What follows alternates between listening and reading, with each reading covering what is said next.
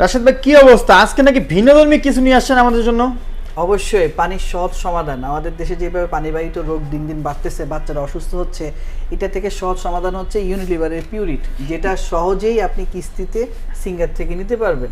Unilever Pureit কি এখন singer শোরুমে বিক্রি হয়? অবশ্যই সিঙ্গার শোরুমে বিক্রি হয়, কারণ ভালো একটা জিনিস আমরা কাস্টমারকে দিতে পেরেও আমরা নিজেদেরকে হ্যাপি মনে করি।